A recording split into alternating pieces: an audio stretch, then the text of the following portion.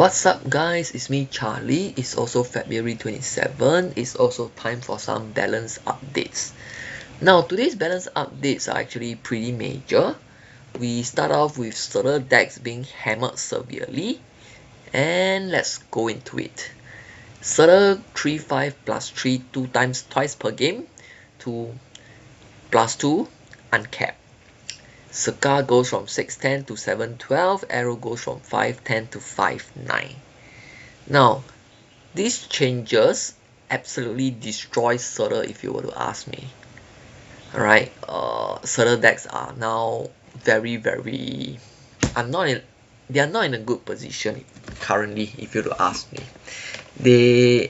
I think they dropped from S tier to A tier at best. Right, some people are even saying that Surtur decks are absolutely destroyed. Okay, and I don't think they're overreacting, right? Because Surtur decks have really taken a huge hammering. And let me explain. Now, in the past, Surtur used to be 3-5 plus 3 power twice a game. So if you're able to play a 10 power card on turn 4 or 10 power card on turn 5, this grows to 311 and it unlocks a free Scar, right? So you have a 0-10 Scar waiting to be played on turn 6.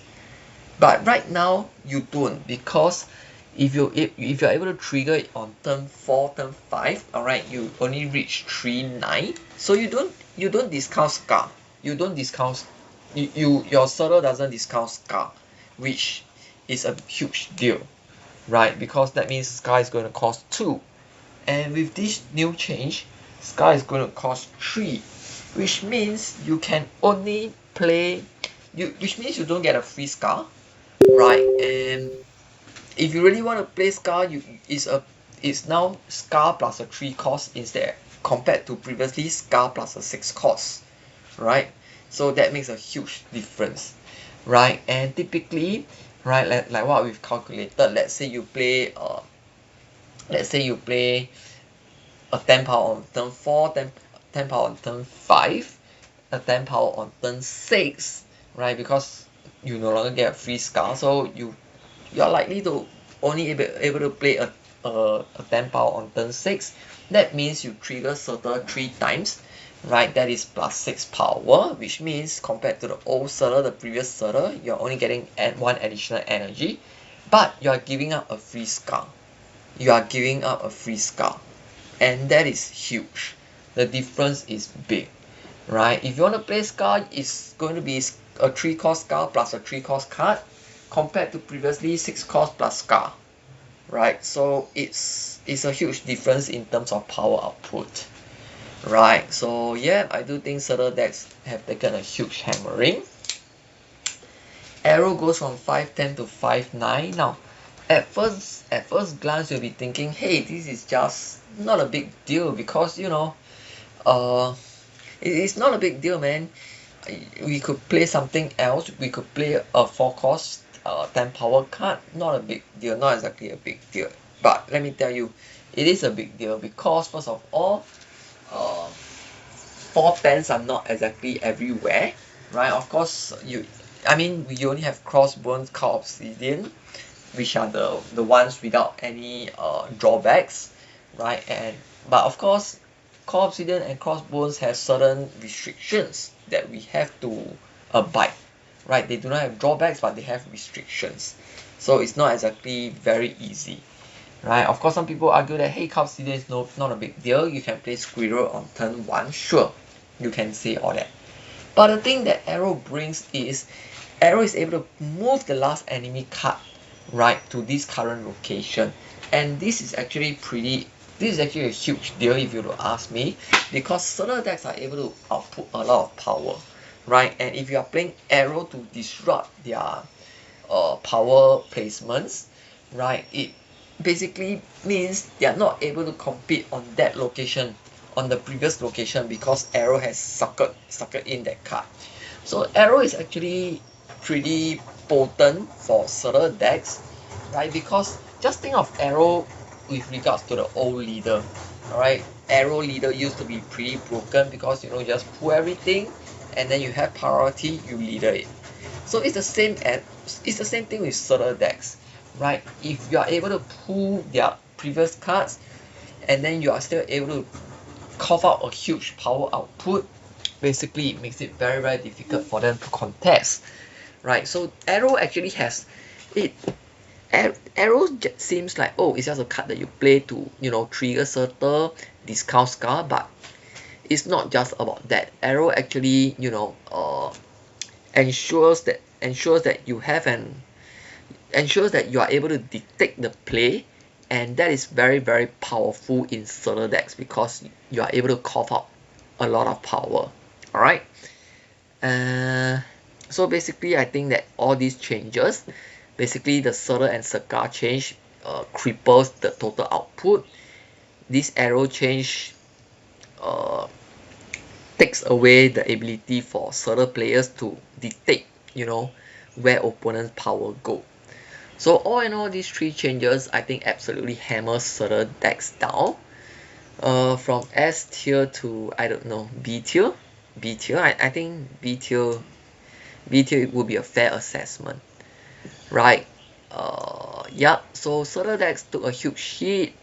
I'm not even sure if I want to pull Surtr from the unowned bundle anymore. Next up, we have some series drop buffs. Werewolf by Night goes from 3-2 to 3-3, and Healers go from 5-6 to 5-7.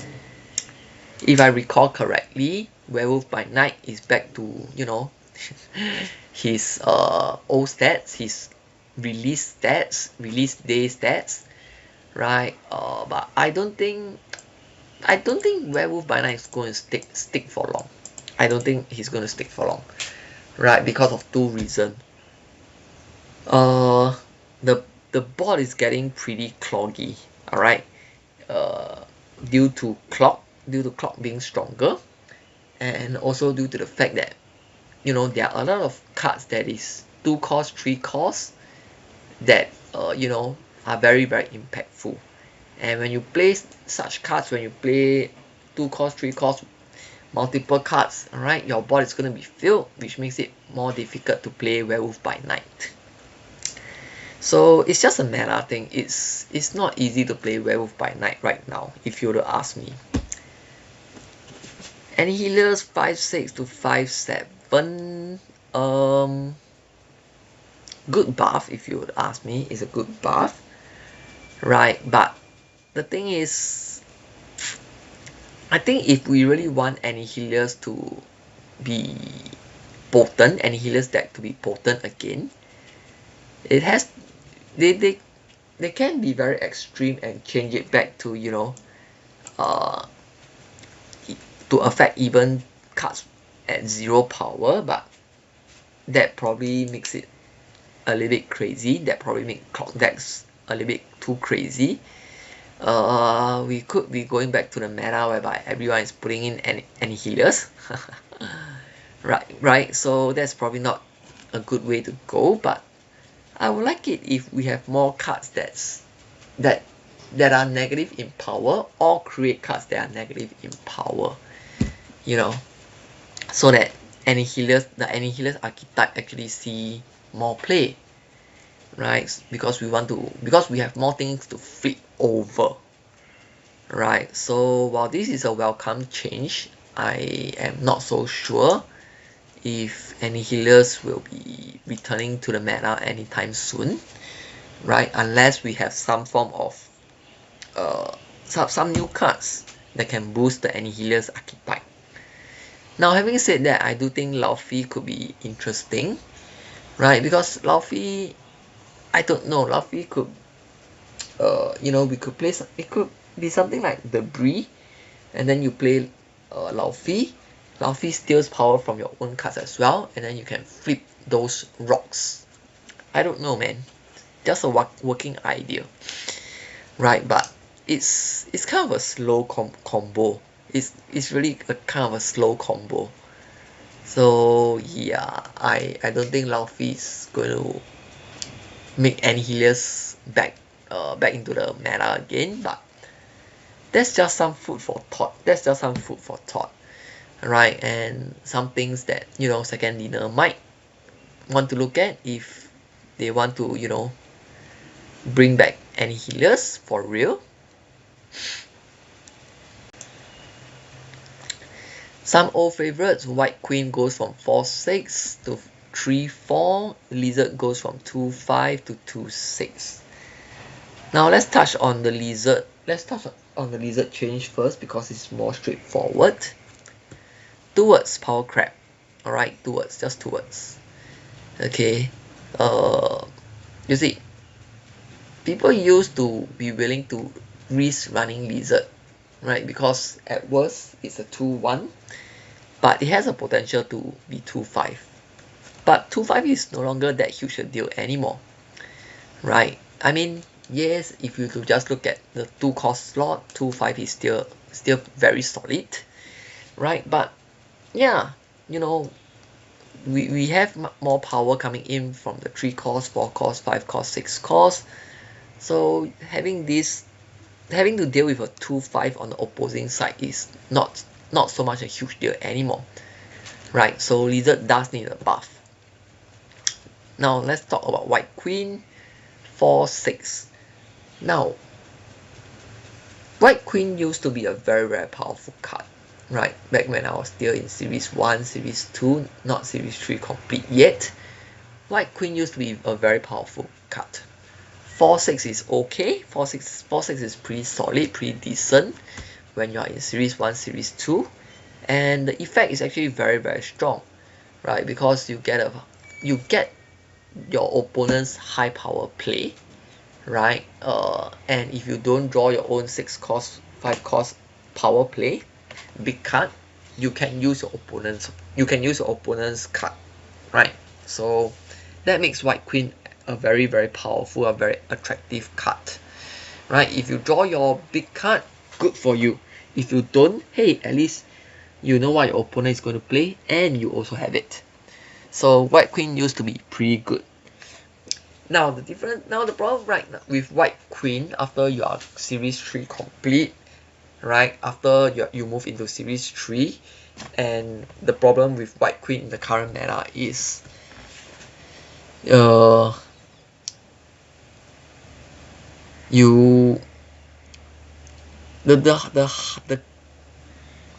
card that costs the most from your opponent hand may not be a heavy hitter, right? Because in this current meta, we are no longer playing heavy hitters. Let's say, for example, you play a White Queen and you are going up against a Silver Surfer deck that actually does nothing for you. That does absolutely nothing for you, right? And if you are playing against something like a Zoo deck and you drew their Shanna, it does nothing for you. Or you could draw their Mockingbird, it does nothing for you, compared to, their Mockingbird costing very little. You could even draw a Gilgamesh, but that Gilgamesh does nothing much for you, right? So White Queen's impact, White Queen's ability to, provide a game plan for you actually whittles down once you go into Series 3, and that's why, White Queen falls off very hard after your Series 1, Series 2 complete, after you move into Series 3, right? I do think that this change is pretty fun. It's actually pretty interesting if you would ask me, because at 3-4, White Queen could potentially be be part of Victoria hand decks. Sure, getting the card that costs the most may not be that impactful in terms of game plan, right? But if you're supported by Victoria hand, it could actually be pretty okay. Right? I'm not saying that it is going to be fantastic, because if you are playing a Victoria hand deck and you draw like what I mentioned, you draw a Gilgamesh, you draw you draw something from the Silver Surfer decks. Now, Gilgamesh is still fine because if you're playing Victoria hand, you're still buffing some of your cards, so Gilgamesh can still pop off a little bit. So let's say you draw a Mockingbird, right? Okay, Mockingbird is not a good example as well, because if you're playing cards generated from your hand, you are discarding Mockingbird. Alright, so let's go with a Silver Surfer example. Let's say you drew their Gladiator, for example. Alright. Usually the Gladiator wouldn't be a big deal, right? But if you have Victoria hand that buffs your Gladiator, you are still having a very, very solid 3/10, right? You're still having a very solid 3/10 on the board to be played, right? Or maybe you drew their Copycat, or you drew their Red Guardian. Hey, these are still fantastic stats, right? Your Red Guardian is essentially a 3/7, right? So it's still good play, right? It is still a pretty solid play, depending on what you drew, right? Which we cannot guarantee with White Queen, but at least I think it makes White Queen somewhat playable. Beyond it still makes White Queen somewhat playable in Series 3. Off the top of my head, I'm thinking Victoria hand. Victoria hand decks are probably, going to try to see if White Queen is worth it, right? But I think it's a step in a correct direction. It makes White Queen somewhat more playable because the 4-cost slot is so competitive. So by bringing it down to 3 costs, it could potentially see some play in Victoria hand decks. Adjusting some incentive, High Evo goes from 4/6 to 4/7. I honestly don't think it's going to make any impact. Anytime you're playing High Evo as compared to the other cards in the deck, you know that you are having a rough game. You know that you're having a rough turn 4, right? Missed the mark a bit. Joaquin Torres Falcon goes from 3/4 to 2/2. Huge change, big buff. I'm excited to see what happens, right? Because the biggest problem of Joaquin Torres Falcon is that it's awkward at 3 costs, right? It's awkward, it's too late. But right now, no. At 2 costs, I think that is fantastic, right? It gives you a lot of time. Okay, not exactly a lot of time. It's still awkward in the sense that you are playing the cards down and then you have to bounce it back again. So it's a 2-step process. But at 2 costs, I do think that it's worth it. Right? Because, well, it's so much easier to proc your things and then bounce it back, right? This 2-step process is so much easier. And something that makes a world of difference is now a 2 cost. Previously at a 3 cost, previously if you're playing your Queen and then you're playing your 1 cost, you will be you can't exactly play Beast into that lane because you are wasting quite a fair bit of power because you spend 3 energy to get your Queen out. But right now you're spending 2 energy, and with Beast discounting it, your Joaquin Torres becomes 1, which means you do not mind bouncing that lane. You do not mind you do not mind beasting the Joaquin lane because you can play it out again, and it's not going to cost a lot because Joaquin is only 1 cost. Previously, Joaquin would cost you 2, which makes it very, very difficult to combo with things like Hit Monkey. So I am excited to see this change. I do think that is a huge step for Joaquin Torres Falcon. I do think that it's going to make Joaquin Torres Falcon a very playable card in bounce. So we're probably going to see Joaquin bounce coming in strong after this change. So I'm excited to see the changes. I'm happy because I spent 4 keys to get Joaquin Torres.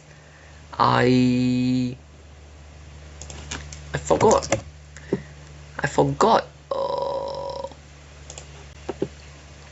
I spent 4 keys for sure, but I can't remember why. Okay, I think I hit Mercari on my first 2 catch was Mercari and the 4th catch, right? In which order I do not remember.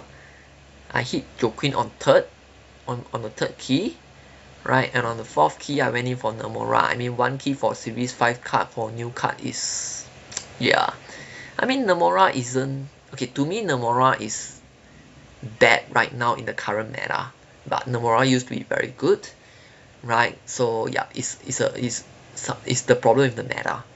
But whatever the case, the Nomura decks are pretty fun, right? And yeah, I just open for it, right? But whatever the case, I spent 4 keys on during Joaquin Torres week, so I'm happy to see this buff. I do think that Joaquin bounce is going to be a thing. It's going to be a thing. This is fantastic. This is a big change, right? So yeah, I'm happy. Localization change. Alright, so these are just some language change. There's definitely no game functional impact. So whatever. Alright, they say that it's going to be impacted with the prehistoric hero season, but you know, we are just going to wait for that. Right. So overall, I do think that today's balance updates are going to make a huge impact. Sutter took a huge knock, right? I do think that they're at best B tier right now. These changes are not exactly very impactful if you would ask me, although the werewolf change is going to be interesting. Maybe people are going to put him back into bounce. I don't know. Let's see. White Queen, a small experimentation possibility for Victoria Hand. Yep, a small potentially a small buff for Victoria Hand. I don't know. Right, this is a non-factor. Let's see Joaquin bounce launch this week. Alright, we are probably going to see a lot of Joaquin bounce this week, and it's going to be impactful in my opinion. I'm not a big bounce player, so I'm not exactly very excited, but I am excited in the sense that hey, I did spend 4 keys during this week, so it will be good if I can actually play Joaquin. Alright guys, that's all my thoughts for today's balance updates. Overall, I'm excited. I do think that these changes are going to shake up the meta. So let's see what happens. Happy snapping, guys.